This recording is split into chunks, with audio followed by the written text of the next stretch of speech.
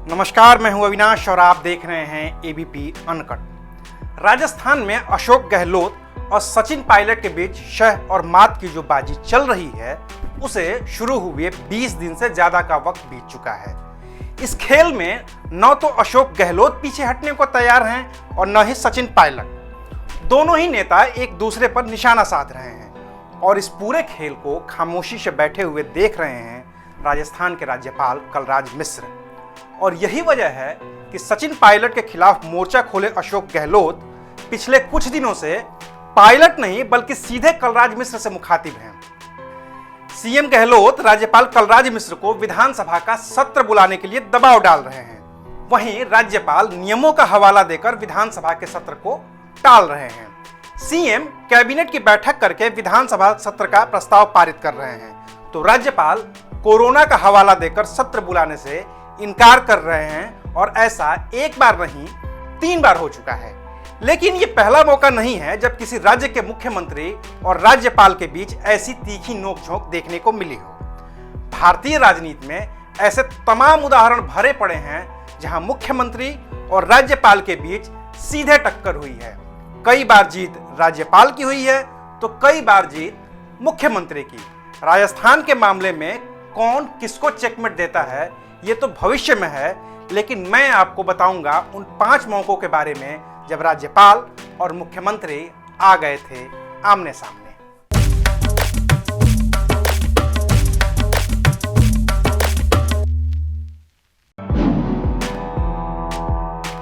ये भारत की राजनीति का एक मजेदार किस्सा है। किस्सा उत्तर प्रदेश के कद्दावर नेता जगदंबिका पाल से जुड़ा है, जो राज्यपाल रोमेश भंडारी की वजह से मुख्यमंत्री की कुर्सी तक तो पहुंच गए थे, लेकिन सिर्फ और सिर्फ एक दिन के लिए। तारीख थी 21 फरवरी 1998। उत्तर प्रदेश के मुख्यमंत्री थे कल्याण सिंह।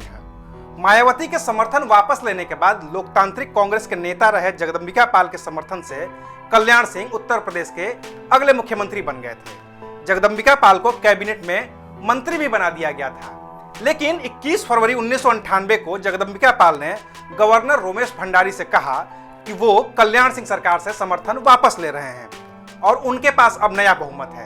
राज्यपाल रोमेश भंडारी ने बिना बहुमत साबित करवाए उसी दिन मुख्यमंत्री रहे कल्याण सिंह को बर्खास्त कर दिया और जगदंबिका पाल को रात में ही मुख्यमंत्री पद की शपथ दिला दी। बीजेपी इसके खिलाफ इलाहाबाद हाईकोर्ट पहुंच गई। उसी रात बीजेपी के दिग्गज नेता और प्रधानमंत्री रह चुके अटल बिहारी वाजपेयी समेत तमाम बीजेपी के बड़े बड़े नेता राजभवन के सामने पहुंचे और वहां धरना देना शुरू कर दिया। 22 फरवरी की सुबह मुख्यमंत्री की कुर्सी पर बैठे थे जगदंबिका पाल और तभी इलाहाबाद हाईकोर्ट का आदेश आ गया कि राज्यपाल ने जो फैसला दिया है वो गलत है, असंवैधानिक है और मुख्यमंत्री तो अब भी कल्याण सिंह है। तब कल्याण सिंह सचिवालय पहुंचे ताकि मुख्यमंत्री की कुर्सी पर बैठ सकें, लेकिन पाल वहां पर पहले से बैठे हुए थे। तब जगदंबिका पाल को आदेश बताया गया कि यह इलाहाबाद हाईकोर्ट का आदेश है और मुख्यमंत्री कल्याण सिंह हैं। इसके बाद वो अपनी कुर्सी से हटे। फिर राज्यपाल ने कल्याण सिंह को बहुमत साबित करने को कहा। 26 फरवरी को कल्याण सिंह ने बहुमत साबित कर दिया और इस तरह से राज्यपाल बना मुख्यमंत्री के मामले में हाईकोर्ट के हस्तक्षेप से जीत मुख्यमंत्री की हुई थी। बिहार में फरवरी 2005 में विधानसभा के चुनाव हुए, लेकिन किसी को बहुमत नहीं मिला। एनडीए की ओर से जोड़ तोड़ की कोशिश चल रही थी कि नीतीश कुमार को मुख्यमंत्री बना दिया जाए। रामविलास पासवान अपने समर्थकों के साथ किसी भी पाले में जाने को तैयार थे। लालू तब केंद्र की सत्ता में थे और रेल मंत्री थे। उनकी पार्टी विधानसभा में सरकार बनाने की हालत में नहीं थी। लिहाजा लालू ने तब के बिहार के राज्यपाल रहे बूटा सिंह को विधानसभा भंग करने के लिए मना लिया। 22 मई 2005 को बिहार विधानसभा को भंग कर दिया गया। बीजेपी और जेडीयू इस फैसले के खिलाफ सुप्रीम कोर्ट पहुंच गई। सुप्रीम कोर्ट ने राज्यपाल के फैसले को असंवैधानिक बताया और कहा कि सबसे बड़े दल को बहुमत साबित करने का मौका देना चाहिए था। तब तक चुनाव आयोग की ओर से बिहार में दोबारा विधानसभा चुनाव की तैयारी शुरू हो गई थी, उसकी प्रक्रिया चालू कर दी गई थी। तो सुप्रीम कोर्ट ने इस पर रोक नहीं लगाई और कहा कि अब बिहार में फिर से चुनाव होंगे। तो अक्टूबर नवंबर में दोबारा चुनाव हुए और इसमें नीतीश कुमार को बहुमत मिल गया था और वो बिहार के मुख्यमंत्री बन गए थे। साल था 2016। उत्तराखंड में हरीश रावत के नेतृत्व में कांग्रेस की सरकार थी। विधानसभा में बजट सत्र शुरू हो चुका था।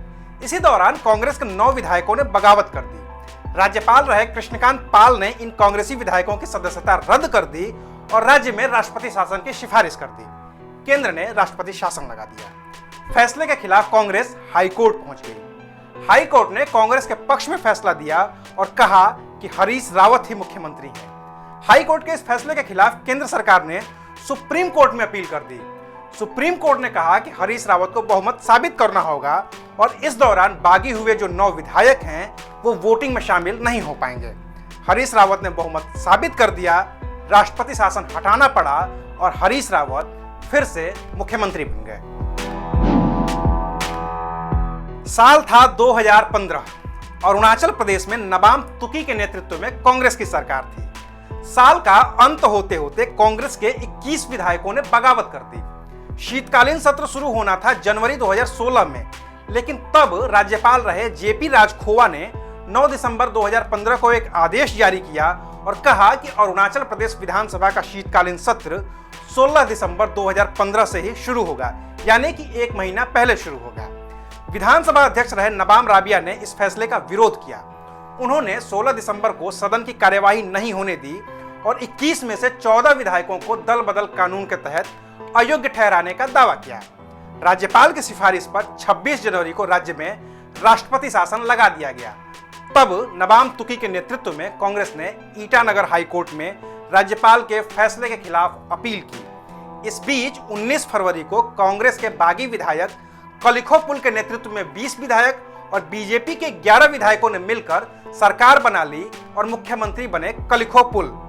जुलाई 2016 में सुप्रीम कोर्ट का फैसला आया कि राज्यपाल का आदेश गलत है और राज्य में 15 दिसंबर 2015 वाली स्थिति बरकरार रहेगी। इसके बाद नबाम तुकी फिर से मुख्यमंत्री बन गए।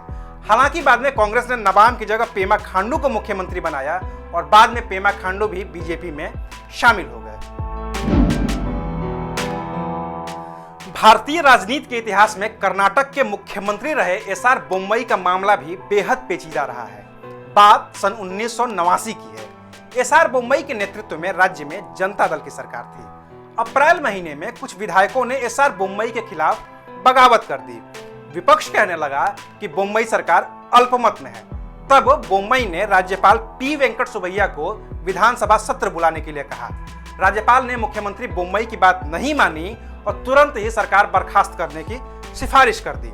21 अप्रैल 1989 को बोम्मई सरकार बर्खास्त हो गई और राज्य में राष्ट्रपति शासन लग गया। मामला पहुंचा कर्नाटक हाईकोर्ट। हाईकोर्ट ने कहा कि राज्यपाल पी वेंकट सुब्बैया ने जो फैसला लिया है वो फैसला सही है। बोम्मई इस फैसले के खिलाफ पहुंचे सुप्रीम कोर्ट। मामला पहुंचा 9 जजों की बेंच के पास।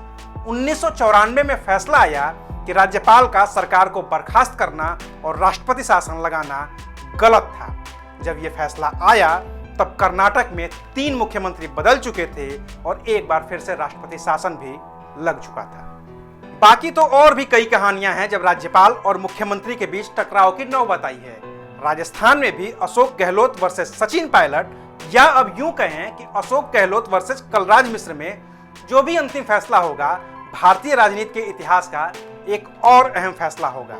बाकी देश दुनिया के तमाम अपडेट्स जानने के लिए देखते रहिए एबीपी अनकट। शुक्रिया।